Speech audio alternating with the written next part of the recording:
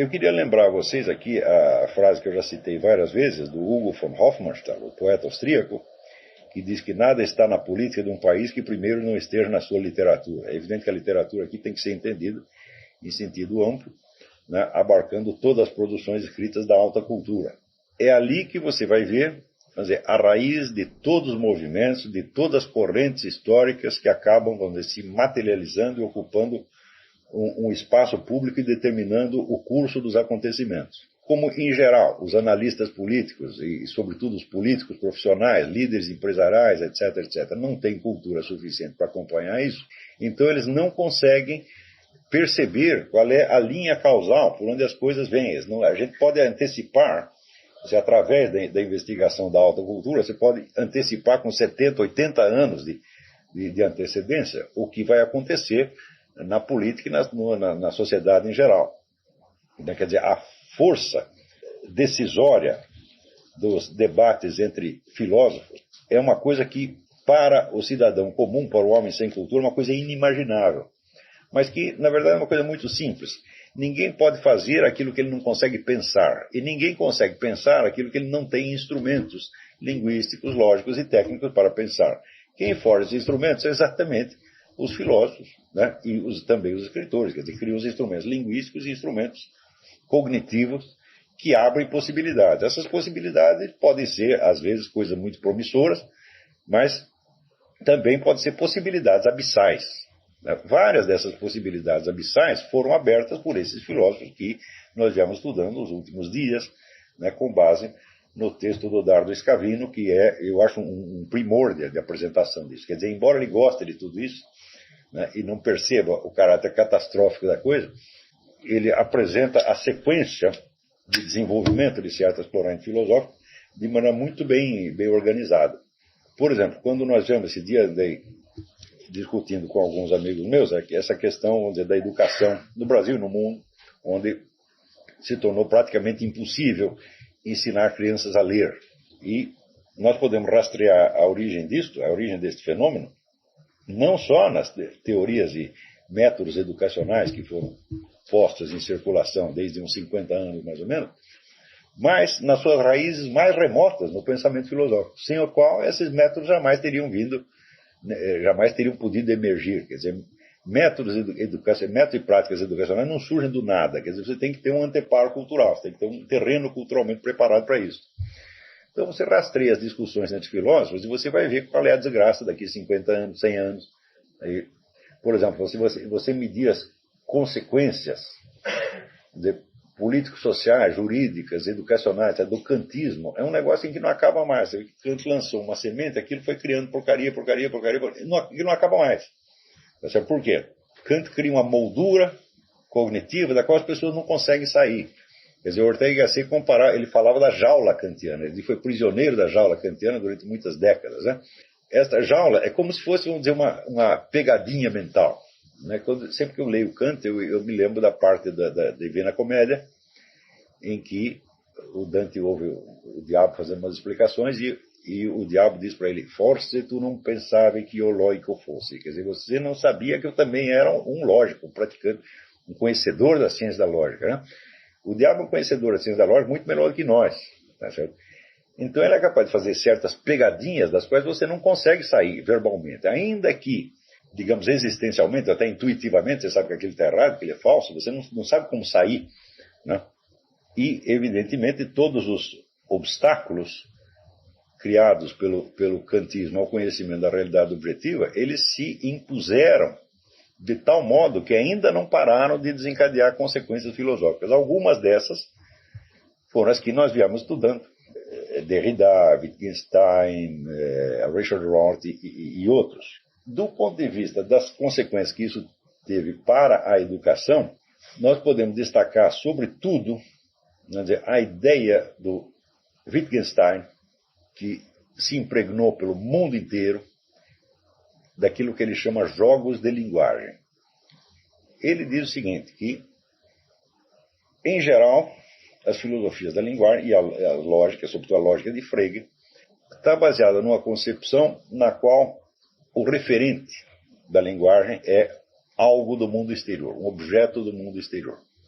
E que isso só acontece se nós tomarmos como modelo da linguagem o que seria aquilo que Karl Bühler, que ele não cita, chama a função denominativa, quer dizer, dar nome às coisas. Eu vou lembrar, para isso ficar claro, eu preciso lembrar um pouco o Karl Bühler. Karl Bühler dizia que a linguagem tem 3 funções. A primeira função denominativa, que é dar nome às coisas. O segundo é a função expressiva, que é manifestar os nossos estados interiores. E o terceiro é a função apelativa, que é agir sobre a pessoa do interlocutor, ou sobre o público. Tá certo? Só que, na perspectiva de Karl Bühler, essas 3 funções, elas eram dependentes umas das outras, e, sobretudo, a função denominativa tinha uma prioridade. É fácil você perceber que a função denominativa pode funcionar sozinha. Por exemplo, se você diz um quadrado tem 4 lados, isso não depende absolutamente da função expressiva e nem da ação que você deseja desencadear sobre o seu interlocutor. Quer dizer, a função expressiva e apelativa são aqui neutralizadas e a função denominativa funciona por si. Agora, as outras 2 funções não podem operar jamais sem a função denominativa, porque senão as palavras não significariam absolutamente nada. Tá certo? Por exemplo, se eu digo um palavrão para um sujeito, vai tomar naquele lugar. Tá certo? Se ele não sabe a que eu estou falando na esfera denominativa, ele não pode sequer se sentir ofendido. Do mesmo modo, se eu tento expressar os meus sentimentos, o sentido das palavras que eu estou empregando na função expressiva é o mesmo que tem na função denominativa e depende dela. Agora, quando Wittgenstein inventa a teoria dos jogos de linguagem, essa teoria repete o Karl Bühler. É igualzinha a do Karl Bühler, não tem diferença nenhuma. Só que ele trata várias funções, ele aponta várias e não somente 3, ele trata como se fossem totalmente independentes umas das outras. Então, ele diz que quando você sai da clave, que o Karl Bühler chamaria denominativa, você já não pode mais dizer que as palavras têm referentes em objetos do mundo exterior. Por exemplo, então, portanto, você não pode dizer que as afirmações são verdadeiras ou falsas. E ele dá um exemplo. Ele diz, quando um juiz de paz, ou o sacerdote diz, eu vos declaro marido e mulher, ele pergunta, isso é verdadeiro ou falso? Isso saiu completamente da esfera do verdadeiro e falso, e, portanto, não estamos na função denominativa. A função denominativa, para ele, está neutralizada. Karl Bühler diria, sim, você está usando a função apelativa, porque se você está dando uma ordem, você está declarando algo que deve ser feito a partir daquele momento, ou que deve ser reconhecido pelo casal e pelos ouvintes a partir daquele momento, você está nitidamente na função apelativa. Quer dizer, você está exercendo uma ação sobre o interlocutor, sobre o destino público. E esta função apelativa não poderia funcionar se marido não significasse alguma coisa, se mulher não significasse alguma coisa, se declarar não significasse alguma coisa. Portanto, você está na clave apelativa, mas você continua dependendo da denominativa sempre e sempre. E o Wittgenstein, que, parênteses, eu considero uma besta quadrada, é um homem que não tinha sequer inteligência elementar, quer dizer, não tinha intuição da realidade mais elementar. Note bem que as faculdades mais complexas, faculdades lógicas mais complexas, podem se desenvolver num imbecil. Quer dizer, uma pessoa que não tem senso de realidade. E o Wittgenstein era exatamente isto. Tá certo? Então, não é uma pessoa que mereça respeito como filósofo. É um autor de pegadinhas. Tá certo? E esta é uma das pegadinhas. Existem vários jogos de linguagem, tá certo? E vários deles você não tem referência ao mundo objetivo. Tá certo? Então você está fora da clave denominativa. Você jamais pode sair da clave denominativa, porque se não há um referente externo, também não pode haver nem expressão de estados interiores e nem ação sobre o interlocutor. Então, um exemplo, que aliás o próprio Dardo Scavino ele dá aqui no livro, ele diz o seguinte, por exemplo, se um jornalista escreve, o ministro tal é psicótico, então ele diz, o ministro não acusará o jornalista de ter mentido, mas de tê-lo insultado. Ora, pelo critério antigo, no critério tradicional, você dizer que um psicótico é psicótico não é ofensa, na verdade. Está apenas dizendo a verdade. Tanto que em todas as legislações do mundo existe uma exceção da verdade. Por exemplo, o Índio da Costa diz que o PT tem ligações com as Farc, o PT o processa, ele chega lá, mostra as ligações, pronto, acabou, isso chama-se exceção da verdade. Acontece que, graças à influência cultural e acadêmica da teoria dos jogos de linguagem, a ideia do insulto passou a ser considerada independentemente da realidade factual. E, por exemplo, no Canadá já tem uma lei que, se você diz alguma coisa contra a pessoa, se ela se sentiu ofendida, você será punido, mesmo que a acusação seja verdadeira. Quer dizer, você chama um ladrão de ladrão, ele disse, magoou. E você, então, vai pra cana porque magoou. Você está entendendo? Né? O sujeito, por exemplo, diz aí, o Olavo fala muito palavrão. E daí eu processo ele. Ele chega lá, mostra 500 gravações do Trot Speaker, mandando os caras para aquele lugar.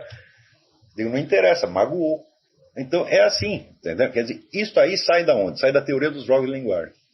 Quer dizer, isso leva várias décadas. Quer dizer, uma teoria dessa leva várias décadas para ela se converter numa lei ou num programa político, num meio de ação social. Mas é fatal que isso aconteça. Porque é a autoridade intelectual do filósofo que acaba determinando qual é, vamos dizer, a moldura, o quadro mental no qual as pessoas podem pensar e, portanto, no qual eles podem agir. E, então, o repertório de possibilidades cognitivas abertas na alta cultura é o que vai determinar o campo total de ação. É claro que nem todas essas possibilidades serão realizadas, mas se elas não forem abertas, ninguém vai perceber. Quer dizer, a função exatamente da alta cultura é abrir essas possibilidades, tá certo? Algumas delas, como eu disse, podem ser benéficas, podem ser promissoras, e outras podem ser infernais e abissais. Esta, evidentemente, é abissal, porque a coisa passa a ser crime não pela materialidade do ato, não pela intenção, e não pela veracidade ou falsidade do que você disse, mas pela reação da suposta vítima. Então, isso aqui, por exemplo, nos Estados Unidos já funciona para crimes de estupro, que aqui eles chamam rape. Né? Até aqui tem um conceito elástico chamado rape, que abrange tudo, desde sedução, quer dizer, você prometeu que ia casar com a mulher, transou com ela, e depois não casou, isso é rape. E você encosta um revólver na cabeça dela e diz, dá para mim, senão eu te mato, também é rape. Eu já acho uma coisa muito engraçada isso, né? Quer dizer, não tem a fineza de outras legislações que são um pouco mais sutis. Então, você vai ver que o critério, esse conceito de rape, se aplica simplesmente ao caso em que a mulher não gostou de transar com você. Quer dizer, não depende mais do ato, depende de como ela se sentiu. Ela se sentiu constrangida. Até os primeiros 5 minutos estava bom, depois ficou ruim, foi rape. Então, vira o estupro retroativo. Qual é a origem disso? Jogos de linguagem. Porque você não tem mais o referente objetivo. Tudo passa a depender, então, da reação subjetiva dos interessados. Então, é claro que isso aí é uma institucionalização da injustiça. Vocês devem lembrar o caso do Mike Tyson, né, da moça que foi no quarto de hotel do sujeito, né, para ver o quê? Para ver a coleção de selo. Então, daí transou e depois processou o cara e ele foi para a cana. Né? Então, nesses casos, você não pode sequer alegar a exceção da verdade.